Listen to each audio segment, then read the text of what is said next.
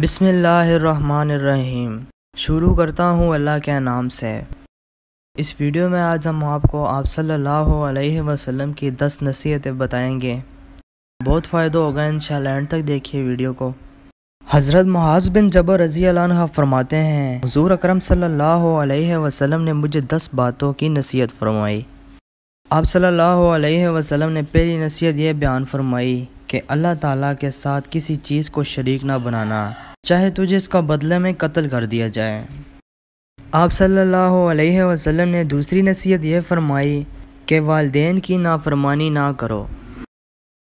تیسری نصیحت یہ فرمائی کہ فرض نماز ہرگز نہ چھوڑیں، کیونکہ جس نے فرض نماز چھوڑ دی اس سے اللہ تعالیٰ کا ذمہ بری ہو گیا، یعنی نماز کی پابندی کرتے رہو۔ آپ صلی اللہ علیہ وسلم نے چوتھی نصیحت یہ فرمائی کہ شراب ہرگز نہ پیو، کیونکہ شراب ہر بے حیائی کی جڑ ہے۔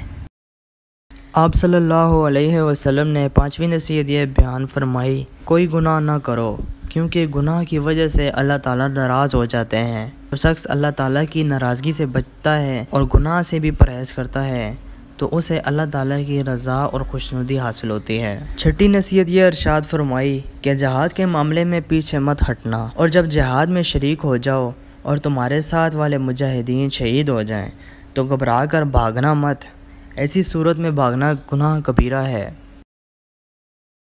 آپ صلی اللہ علیہ وسلم نے ساتویں نصیحت یہ فرمائی کہ اگر کسی جگہ طاعون وغیرہ کی جگہ سے اموات ہونے لگے تو وہاں سے بھاگ کر کسی اور جگہ مت جاؤ، بلکہ وہاں ثابت قدم رہو۔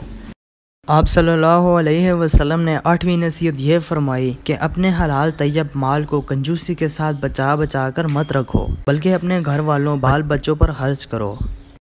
حضرت محمد صلی اللہ علیہ وسلم نے نویں نصیحت یہ بیان فرمائی کہ اپنے ماتحتوں گھر والوں اور اولاد کو ادب کے طریقے سکھاؤ، بڑوں کو کیسے ملتے ہیں، بڑوں کا ادب کیسے کرتے ہیں، ادب کی وجہ کیا ہے، مقام حاصل ہوتا ہے یا نہیں، بڑوں کی نظروں میں آدمی کیسا اچھا بنتا ہے۔